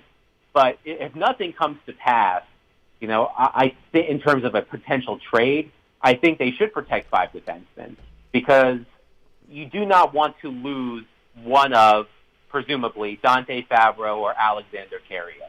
I think the Predators can live with losing someone like Kalle Järnkrok or Jakob Trenn or someone of that ilk versus Dante Fabro or Alex Carrier. So I feel like if nothing happens trade-wise before Saturday at 4 p.m. Central when they have to turn in that list, I think 5 defensemen would be the right way to go. Adam, real quick, in that vein, the way David has to look at this roster, especially his cap, how revealing was what Bill Guerin did in Minnesota with Parisi and Suter, buying them out because they feel like in the long term, they can handle it cap wise. Yeah, that's a good question. I haven't really looked into how much cap space the Predators are going to have down the road, but the Wild are going to be paying a significant amount of money to both of those players not to play for them for close to the next decade. And I think it's in the 3rd or 4th year where it's the buyout cap hit is even worse, which makes things difficult when you're trying to sign guys to long-term contracts like Kirill Kaprizov or Kevin Fiala, or if they're going to try to go out and trade for Jack Eichel because they've been linked to Jack Eichel. But can you imagine I can't recall how many buyouts a team can carry at a given time. But can you imagine if Kyle Turris, Matt Duchene, and Ryan Johansson were all on the buyout list? Can you imagine what that would mean for David Poile? The 3 biggest forwards he sought to acquire over the past 5-6 years, paying them to go away. I mean, that would be a stain on David Poile's record as a general manager. So, a buyout seems unfeasible. But somebody asked me today on Twitter, what the likelihood that both of those players are on the team on opening night. And I do think there is a greater than 50% chance that both of them are still on the team. I'm not going to say 80 or 90, but and I'm not a betting man, but I would probably put it at 55% right now. I just think that they're going to have a very hard time moving on from them, considering how much they make, how long they're under contract, and that their production does not match either of those things. Adam, and while we're on the topic of trades, I know another name that was thrown around was Vladimir Tarasenko from St. Louis. So, I mean, you're looking at Tarasenko. Yeah, that's what I said. Tarasenko's contract is $500,000 less than Johansson or Duchene. Yeah, he's a, quote, big boy forward, if we want to call him that. But it doesn't seem like it fits. So if you're general manager David Poile, you don't do it. Nope. And first of all, I just have to say, I know that Jared isn't here, and I like to dunk on Jared when he's not able to defend himself. That is always fun. But big boy forward, I just hate that term so much. We got to come up with something else. We'll workshop it. Okay, thank you. Yeah, but I got the you. Interesting thing about Tarasenko that's interesting, I think his cap hits what you said, 7.5. I think it's 7.5. Mm-hmm. Yeah. But his actual salary next season is $9.5 million. like no. Against the cap, it's 7.5. But in terms of the actual money he's going to be paid next season, it's 9.5. And here's the thing, because a lot of Predators fans want a player like Tarasenko or like Jack Eichel, like Patrick Laine, one of those quote unquote big boy forwards who can score goals. I think sometimes we lose sight of this, and I think David Poile, in a sense, has also lost sight of this. The best player is not always the right player. And I feel like someone like Patrick Laine, someone like Vladimir Tarasenko, they are not the right player for this particular Predators team. There's a free agent out there who I personally really like, that I think is the right kind of player for this particular team, and that's Zach Hyman, most recently of the Toronto Maple Leafs. He's not the sexiest player, but he's a relentless forechecker. He's incredibly effective in front of the net. He is a John Hines type of player. I think some of the issues that the Predators have had in recent years is acquiring players that may be the best player, but they're not the right player. And to me, Vladimir Tarasenko is the exact opposite of the right player that the Predators need right now. In your opinion, what about Zach Hyman is the thing that the Predators need? And what about Vladimir Tarasenko do the Preds not need? Well, I don't like reading my colleague Jeremy Rutherford's reporting in The Athletic about Vladimir Tarasenko. I don't, and the issues that he seems to be having in St. Louis. I'm not sure you want to bring that in. Also, he's had multiple shoulder surgeries. He's played like 27 games over the past 2 years, and you're taking a gigantic risk. Like, quit holding on to what 2016, 2017 Tarasenko was. Look, at the height of his powers, Tarasenko, was a bona fide 40 to 50 goal scorer on a regular basis. I'm not sure he's that player anymore. The thing, what I'm most impressed about with Zach Hyman, and I dug into the numbers a little bit. His most common line mates in Toronto were Austin Matthews and Mitch Marner, who are elite players and two of the top 5 scorers in the NHL. So one would think, well, of course Zach Hyman is going to be productive playing with players like Marner and Matthews. Well, if you take Hyman away from the two of them, his numbers are still pretty solid. He's the type of player who's going to go to the front of the net. I looked this up today. I have so many analytical websites that I go to, I lose track of them. There's one called Icy Data, and according to them, between 2015 and 2020, which is basically Zach Hyman's career, 84% of his goals have been scored in the slot or the inner slot. That's the type of player they need. It's not necessarily a sniper like an Ellie Tolvanen type, but someone who's actually going to go to the front of the net and score from high danger areas. And I think he is also reliable enough defensively. So to me, he is the type of player that they need. Like I said, he is not Alex Ovechkin. He's not Gabriel Landeskog. He's not Taylor Hall. But sometimes we look at players that are productive in other places and think that if they just come to your favorite team, that they're going to keep being that player. And that hasn't happened in Nashville. And I think it's important that now that John Hines clearly has an identity he's working with, David Poile needs to acquire players that mesh with that identity, not ones that clash with it. Adam Vingan, we appreciate you. And on the other side, we'll get to some of your Preds calls, your texts. We'll chat with you soon, Adam. All right. Thanks, guys. All right, thanks. You are listening to Stillman & Company live on 102.5 The Game. We are streaming on Twitter, Twitch, YouTube, and the Game Nashville app.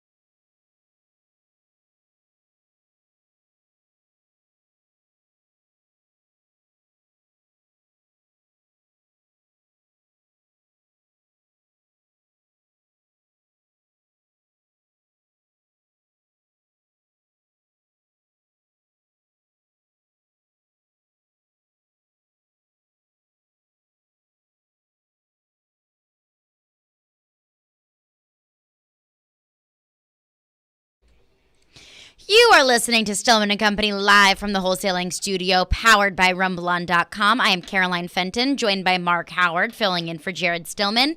We just had Adam Vingan on, who is a beat writer for The Athletic for the Predators, talking about his experiences with Pekka Rinne. And it's always nice to look back whenever somebody retires or leaves the team, look back on the good memories and the crazy games, the crazy saves that he had. But now you have to look forward, Put the box in the attic, put the box of your memories, and then go forward. Go forth. Well, it's interesting, though, Caroline, that if you cover a certain sport, and I did with the Titans, it's always funny what happens when a player goes into retirement.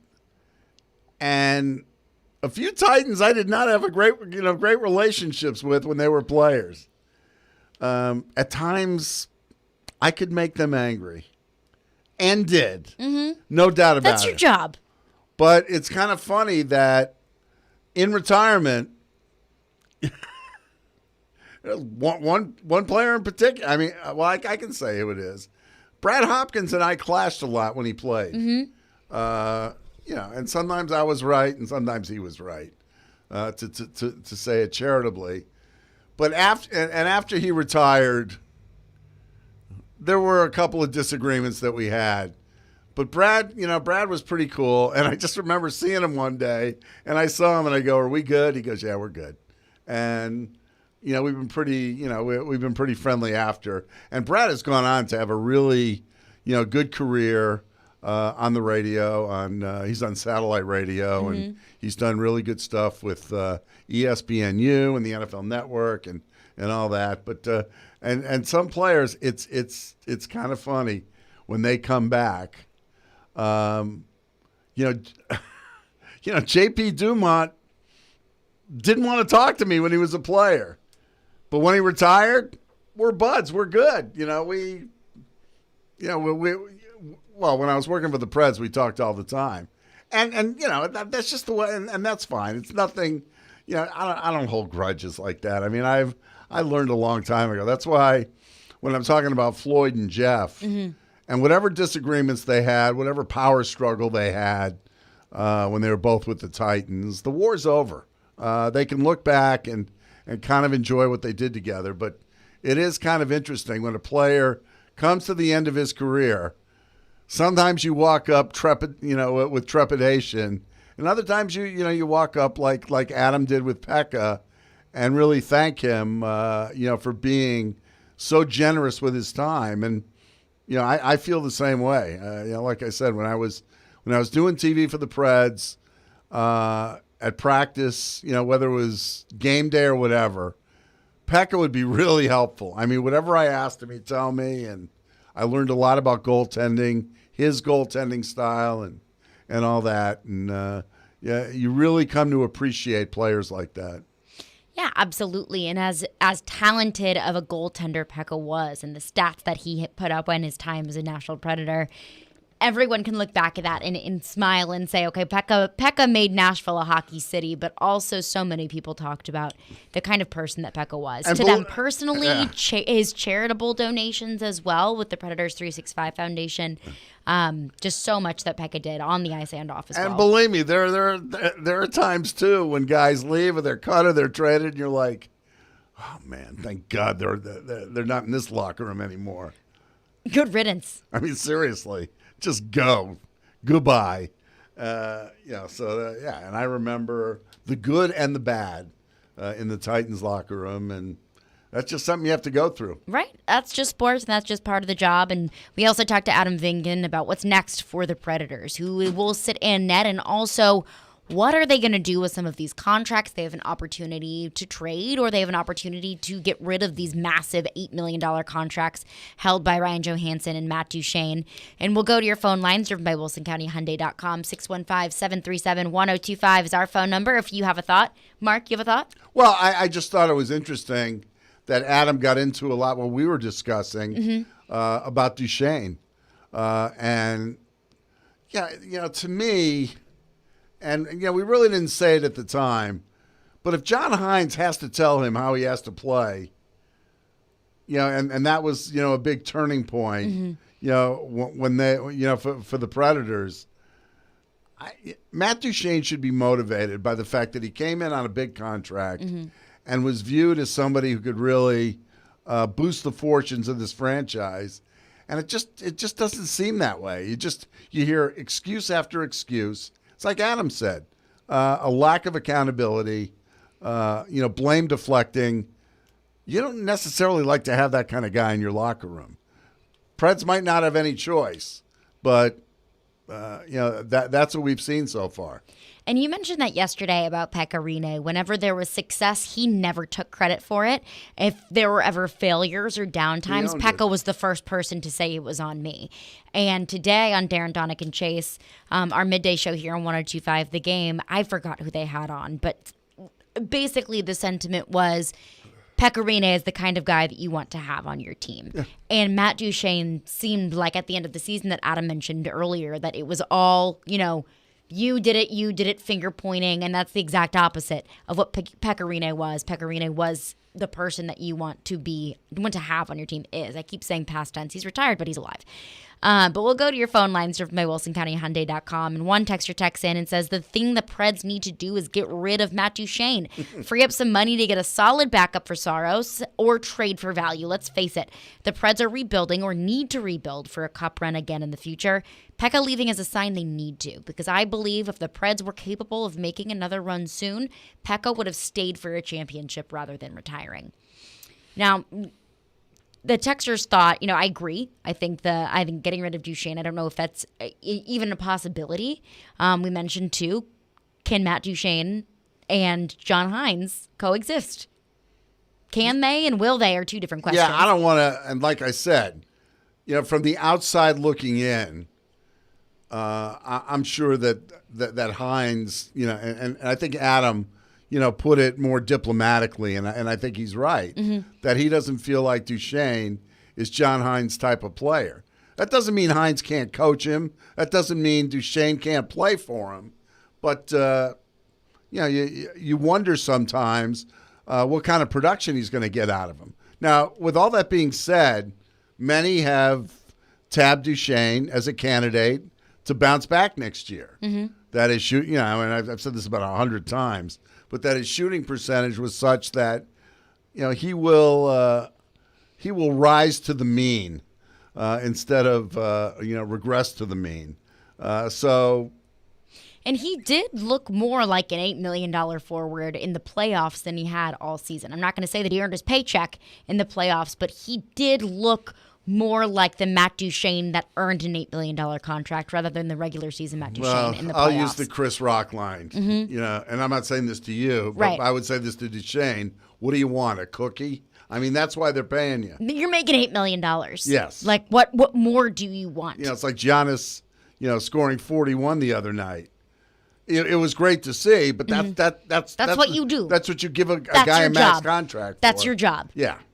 So, I don't want to see him taking any bows for, looking good and all that. He still, didn't score enough, and they didn't win. They lost in 6 games. But I would imagine, if I had to guess, that one of David Poyle's goals is to at least to see if he can unburden himself from one of those contracts. Whether it's Joey or whether it's Duchene. And if he can do that, I think they can proceed, that they would, that they can sign Grantlund and maybe go after a Zach Hyman type of player. And I think Adam clocked it. I like Hyman too. I think he's that kind of player. And that's the kind of player the Preds need. I guess we'll have to wait and see. Yeah, Zach Hyman most recently with the Toronto Maple Leafs was someone whom Adam Vingan said that's the kind of guy that you go after. We mentioned Vladimir Tarasenko currently with the St. Louis Blues. Is that someone what the Predators want to go after? I'm glad Adam agreed with me on that. I said Vladimir, and instantly he said, nope, no, well, I said that to you yesterday. Right. I said, it doesn't make any sense. You're trading an $8 million contract for a $7.5 million contract for a guy who I believe his best is behind him. Well, and it's that is a deal that gets you fired. I mean, it really does. It doesn't do anything for your team. And yeah, I mean, I guess making a move is better than staying stagnant if whatever you have now isn't working. But Well, you're chasing ghosts. there are other guys. You're chasing ghosts. There You're are other chasing guys out the there. Tarasenko of 2016 or 2017 is not the same player that he is now. And it's foolish, to chase that type of player.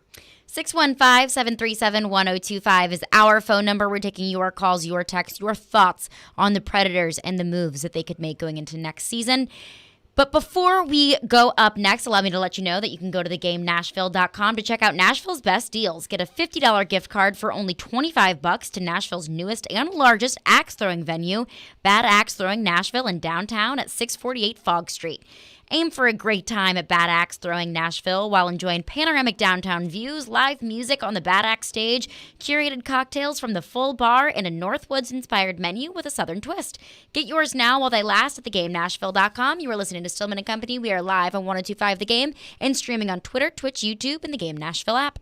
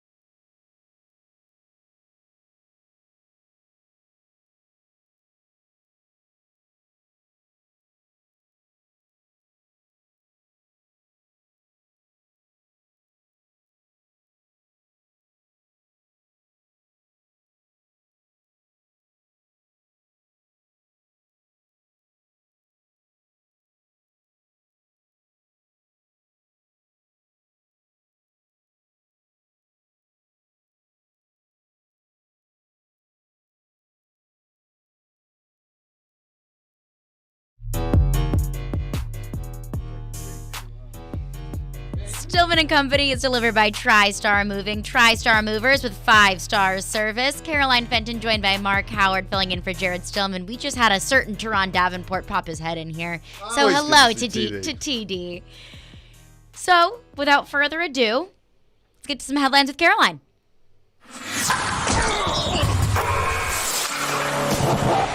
We're spanning the sports world. It's Headlines with Caroline on Stillman and Company, right here on Nashville's best sports talk, ESPN 102.5 The Game and the Game Nashville app. So, Mark, I don't know if you heard maybe a couple weeks ago that there were a lot of Titans fans very championing for Richard Sherman to come to the Titans.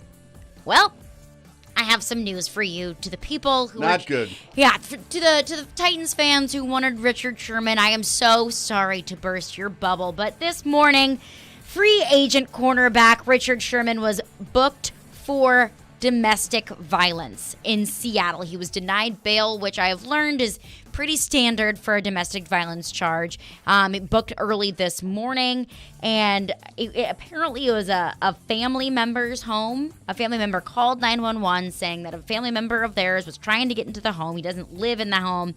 So he is still in custody. Nothing has developed from that. There's actually stories coming out from ESPN.com every few hours or so with updates. But yeah, so maybe not Richard Sherman to the Titans. It didn't make sense before, and it really very much so does not make sense now. Yeah. Well, I mean, just the season to tilt at windmills, if you will, and that's what we get. Exactly. And another NFL star who is also facing potential legal charges, Kansas City Chiefs Frank Clark, has been charged with felony weapons possession. So we talked about this a few weeks ago. It was a more recent incident that happened last month. He was arrested for having an Uzi in his car, a semi-automatic machine gun. So that incident is currently under investigation. But this current charge is from a March 13th incident in California for possession of an assault weapon after police found 2 loaded guns in his car at a routine traffic stop. So he'll be arraigned for the March arrest today, and he could face up to 3 years in prison. That would be a tough loss for the Kansas City Chiefs. 49 sacks in 91 career games, 8 sacks in 2 postseasons with Kansas City.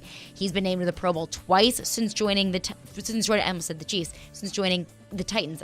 He has been named a Pro Bowler twice since joining the Chiefs. So stay tuned for some news about Frank Clark and his felony weapons possession, but not looking good for Richard Sherman or Frank Clark in their legal proceedings. Well, Frank Clark, has a previous arrest on his resume, on his record. He was arrested in March. That's not going to happen. Yeah, that's not going to help him. Richard Sherman, I don't know. I don't, and often we don't know the whole story. I'm not going to. It being a family member's house, I wonder how much of this is a misunderstanding, how much of this is something really serious to look into. But it'll be interesting to see how it unfolds. And Richard Sherman has not had any blemishes, on his record, on or off the field, other than being outspoken. It's not against the law. To the best of my knowledge, I don't think he's had any other brushes with the law. So I don't know. Yeah, I don't know. It'll be interesting to see. And ESPN has been releasing updates about the Richard Sherman arrest, updates about the case. So if you're interested, check out ESPN.com. But we also had, on a little bit of a lighter note, the MLB All-Star Game last night. American League defeated the National League 5-2, but it seemed like there were a couple winners, individual winners, if you will. Vlad Guerrero Jr., to me, I felt like was the biggest winner last night. Not only was he named the MVP of the All-Star Game, he smoked a 468-foot home run. That's the longest at the All-Star Game in 10 years. His second ball was 110-plus miles per hour, came 15 years after his dad's All-Star Game homer, making them the third father-son duo to accomplish that. Bobby and Barry Bonds, and then Ken Griffey Sr. and Ken Griffey Jr. So really, really cool thing for Vladimir Guerrero Jr., especially because he was playing last night with a glove of a picture of him and his dad when his dad played in the All-Star Game, and he was just a little kiddo. Bad Vlad. Bad Vlad. I like this game better as an exhibition and not as one that would decide who has home field in the World Series. Because they mic'd everybody, they talked to these guys. It was fun. It was pretty cool being out there, just them getting out there. And it's so funny, at least for me, to see Chris Bryant way back in time when I was in college. I did some New York Penn League games, which is, what they call short season A-ball. Uh-huh. And Bryant's father, Mike, was on the team that I was broadcasting for, the Elmira Pioneer Red Sox. So it's always funny to me to see, Chris Bryant, whose dad, Mike, I broadcast way back in the day. But, beyond that, you saw, Freddie Freeman, Fernando Tatis, all the really great young players in the game. And you saw, a couple of snippets. First of all, of Freddie Freeman greeting Henry Aaron's widow, Billy, and giving her a hug, telling him he loved her and how much he loved Henry. But also cool moment. A very cool moment, too, that Freddie Freeman talked about was, and it's funny with ball players, Freddie Freeman's little son's favorite player is Fernando Tatis of San Diego. Was that the kid running around the All-Star game trying to take a picture with Fernando Tatis? Well, he was in the dugout with him. Okay. And Fernando gave him a hug. And cute. He talked about, it was very touching. And he talked about how great Tatis is with kids. And he said, he made my kid's life. He did it. And Freddie said that. He said he was so nice to him. He said that's all my son could talk about. And it's kind of funny. And that's the son of a major leaguer. But, the interaction with the players and just, listen, I still love baseball. I don't love the way it's being played right now. And I get it when people say it's unwatchable. That's fine. To each his own. But I'm excited by the influx of young talent. It's just amazing with these guys. The game is played right now at a much higher level, just better athletes. And I know that the game is really trying to court, African-American athletes who don't seem to be going into baseball. But whatever the case, the young stars now are just awesome. They just are. It is so fun to watch. And there's another young star that kind of feels like he's shaking up baseball, who also seemed like kind of a winner to me last night at the All-Star game, was Shohei Ohtani. He was the first player ever to be selected at the All-Star game as a pitcher and a hitter. He threw a 100-mile-an-hour fastball last night. Yep. Struck Tatis out last night in Tatis' first at-bat. But Freddie Freeman made a really cool statement last night. He said, I don't even understand how the brain can flip-flop from, I got to get 3 outs and then I got to go score a run for myself. I don't understand in a big league ball game, anytime he's on the field, you're just amazed that he has the energy, the mental energy to handle that. I watch the guys pitch. When they pitch, the game planning that goes into the games, he's game planning and then having to hit batting practice in the cage. He's got literally a 12-hour day every single day. And I saw a tweet earlier, I forgot who tweeted it out, but he said it was Mike Herndon, who covers Broadway sports for Broadway Sports. He said Shohei Ohtani is basically like if Patrick Mahomes was also Jalen Ramsey. Yeah, that's an interesting analogy. John Smoltz was on the Dan Patrick Show, and he said something I thought that really, sort of put it into focus. He marvels at Ohtani's focus and concentration, because he said it's hard enough to pitch, it's hard enough to hit. If he just concentrated on pitching, it's kind of scary. He said already he thinks Ohtani, could be the best pitcher in the American League. National League, Jacob deGrom, might have that. Might have that mantle. There's no doubt about it. But whatever the case, to hear Smoltz explain it was, to me, really sort of put it into focus about what Ohtani's doing. And, just the fact the guy could reach 60 home runs and could end up, striking out 200 batters, which is just unthinkable. I mean, it doesn't even seem possible. It's something that we haven't even seen in this lifetime. At least I haven't. And I would be very shocked if I ever saw it again. Yeah. But those are headlines with Caroline. Coming up next, Chris Collinsworth and Adam Schefter played a little role play about a certain NFL player whose future we aren't quite sure of. So we will get into that next. But before we do that, you can join 102.5 The Game this Saturday from 5 to 7 p.m. for the Nashville SC pre-match party at the Hard Rock Cafe downtown. Party before the match on Broadway and get some game swag, plus register to win a pair of tickets to an upcoming Nashville SC home game. Then head over to Nissan Stadium for the 7:30 match. Get your tickets now for the Nashville SC at nashvillesc.com and tune in to the match on ESPN 94.9. You're listening to Stillman & Company live on 102.5 The Game, and we are streaming on Twitter, Twitch, YouTube, and the Game Nashville app.